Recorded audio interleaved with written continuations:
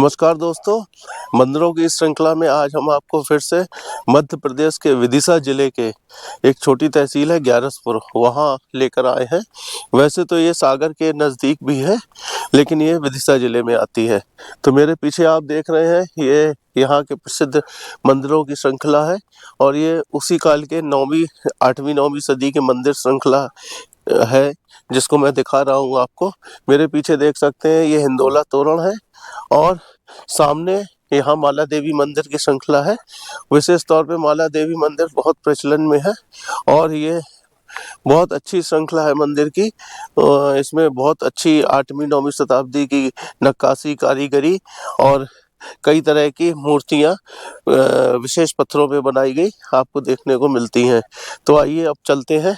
आप देख सकते हैं, ये पूरा सब जंगली क्षेत्र है पूरा विशेष तौर पे, और आगे चलते हैं। आइए दोस्तों, मंदिर की इस श्रृंखला में आपको इस पर्वत श्रेणी के पीछे की साइड में माला देवी मंदिर है। अभी हम चल रहे हैं और यहाँ का आप नज़ारा देख सकते हैं, बहुत खूबसूरत नज़ारा है, बिल्कुल व्यू पॉइंट की तरह से है। आप देख सकते हैं नीचे बिल्कुल चारों ओर तालाबनुमा आकृति दी गई है और इसके चारों ओर कितनी खूबसूरत पर्वत श्रृंखला है, बहुत ही अति सुंदर। तो बहुत ही खूबसूरत नज़ारा है, आप कभी आएँ। और ये मेन रोड पर है, आपको ज़्यादा भटकना नहीं है, तो आप आएँ, मंदिर का आनंद लें। और यहाँ पर एक तरह से पिकनिक स्पॉट की तरह से है, तो आप उसका भी आनंद ले सकते हैं। तो आइए चलते हैं मंदिर की तरफ हम लोग। दोस्तों, मंदिर की इस श्रृंखला में अब हम माला देवी मंदिर पहुँच चुके हैं और मंदिर जितना मनमोहक है और आकर्षक है, बहुत ही खूबसूरत भी मंदिर है। तो मंदिर की सुंदरता के साथ साथ यहाँ का जो दृश्य है, नेचुरल ब्यूटी है, वो बहुत सुंदर है। मेरे पीछे आप देख सकते हैं कितने खूबसूरत पहाड़ और यहाँ की लोकेशन, नीचे के तालाब, बहुत ही खूबसूरत लोकेशन है। मित्रों, मैं पर्सनली ये आपसे रिकमेंडेशन करूंगा कि अगर कभी इस तरफ आना हो और सागर जा रहे हैं तो आप सिर्फ 10 मिनट के लिए रुक के इस मंदिर का आनंद ले सकते हैं। इसमें आपको अलग से कोई टाइम एक्सपेंड करने की या खर्चा करने की ज़रूरत भी नहीं होगी और एक पिकनिक स्पॉट की तरह से इसको मना सकते हैं। देख सकते हैं, ये मेरे पीछे साइन लगा हुआ है MP टूरिज्म का, माला देवी मंदिर। तो ये परमार वंश काल का ही मंदिर है, लगभग 8वीं 9वीं सदी का। और मंदिर के बारे में थोड़ा सा डिटेल लिखा हुआ है। तो आइए अब चलते हैं नीचे मंदिर की तरफ।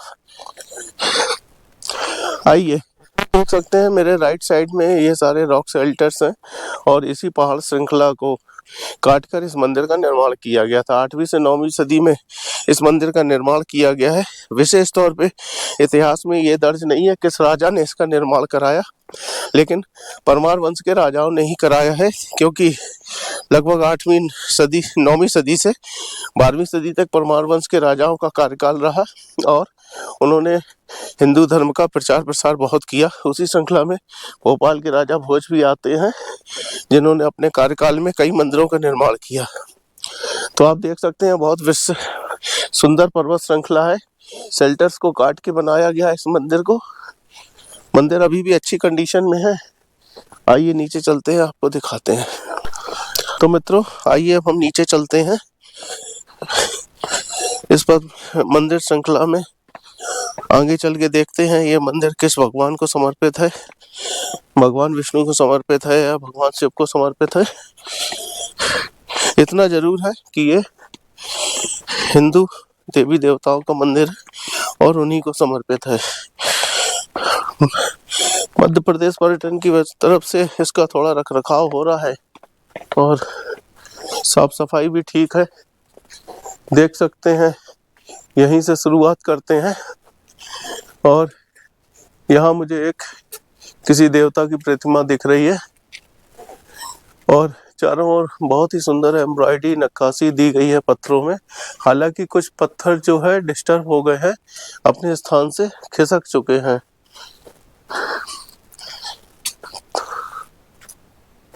यहाँ पर ये मंदिर नुमा आकृति दी गई है। ऊपर ठीक इसी के ये चारों तरफ बालकनी नुमा आकृति दी गई है और ये ऊपर मंदिर की डिजाइन दिया गया है इस मंदिर में। ठीक दोनों तरफ इसी तरह की सेम बालकनियां दी गई हैं। पिलर्स बहुत ही अच्छे हैं, देख सकते हैं पिलर्स में बहुत सुंदर पत्थरों को काट कर नक्काशी की गई है, बहुत ही खूबसूरत। ये उसी समय की डिजाइन है। मंदिर की घंटियां बनी हुई है इसमें, और ऊपर फूल पत्ती की आकृतियां बनाई गई हैं। ये मंदिर का मुख्य गेट है।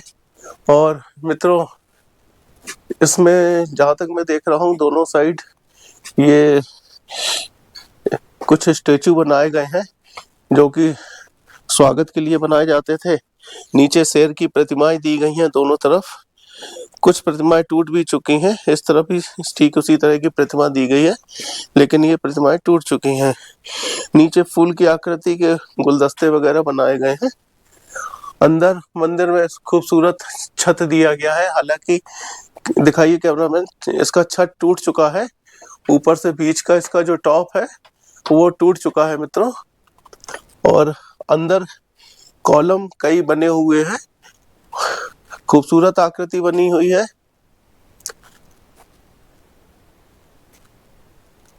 अंदर हमको देखना पड़ेगा अभी किस भगवान की मूर्ति है या किस भगवान को समर्पित है ये मंदिर। मित्रों, बारीकी से देखने पर अंदर भगवान जैन टेम्पल है, ये भगवान महावीर स्वामी की स्टेचू बनी हुई है, लेकिन चूंकि इसको सुरक्षा कारणों से बंद किया गया है, मंदिर के कई शेल्टर्स बुरी तरह चटक चुके हैं और टूट भी चुके हैं। आप ऊपर छत में देख सकते हैं, बहुत सुंदर इसमें कलाकृतियां दी गई हैं, डिजाइन भी बहुत सुंदर बनाया गया है। ऊपर छोटे छोटे मंदिरों की आकृतियां दी गई हैं, लेकिन इसकी जो छत है आप ऊपर देख रहे हैं, ये छत टूट भी चुकी है, तो इसमें टूटने का खतरा है। किसी भी समय कोई भी स्टोन टूटकर गिर सकता है, तो सुरक्षा के कारणों से अंदर नहीं जाने दे रहे हैं। ठीक भी है, अच्छा है, अंदर जाना भी नहीं चाहिए। और विशेष तौर पे यह जैन टेम्पल है मित्रों, और भगवान महावीर की मूर्ति तो अंदर बनी हुई है, कुछ हिंदू आकृतियां भी बनी हुई है, जैसा कि मैंने अभी आपको दिखाया है। इसमें सामने का गेट के ऊपर का जो मुख्य द्वार के ऊपर का जो बालकनी है, जो पोर्च है, वो टूट चुका है, और मंदिर के ऊपर की आकृति भी कुछ जो है डिस्टर्ब हो चुकी है, यानी कि कुछ शेल्टर्स आगे पीछे खिसक चुके हैं। आइए पीछे चलते हैं हम मंदिर में, पीछे की तरफ देखेंगे क्या स्थिति है इसकी। ठीक मेरे सामने ये देख सकते हैं, जैसे एक ये कुछ मूर्तियां हमें दिख रही हैं, लेकिन ये भी टूटी हुई आकृतियों में दिख रही हैं। हालांकि मित्रों, इस मंदिर की डिजाइन बहुत अच्छी है, और हार्ड स्टोन को काट करके बहुत बारीकी से इसको बनाया गया है, बहुत खूबसूरती से।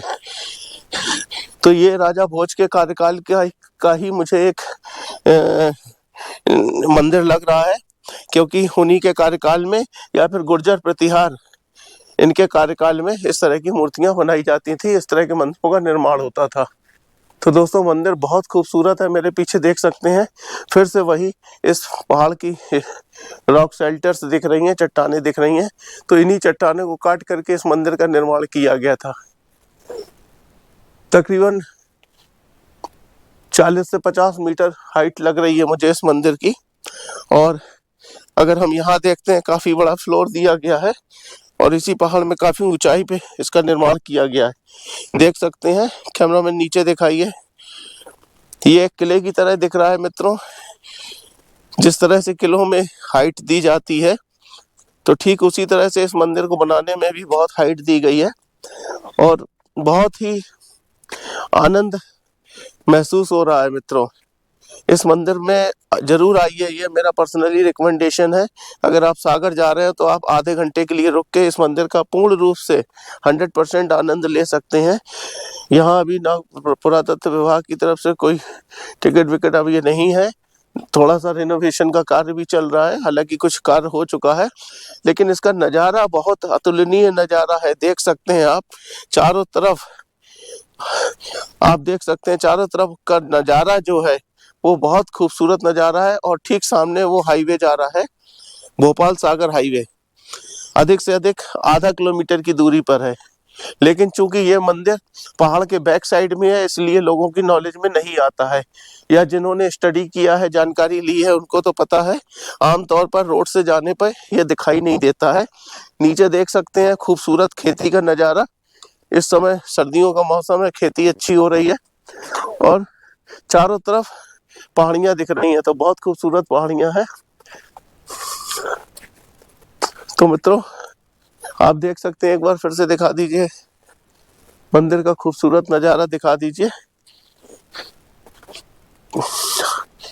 तो आपने अभी माला देवी मंदिर के दर्शन किए और बहुत खूबसूरत मंदिर है।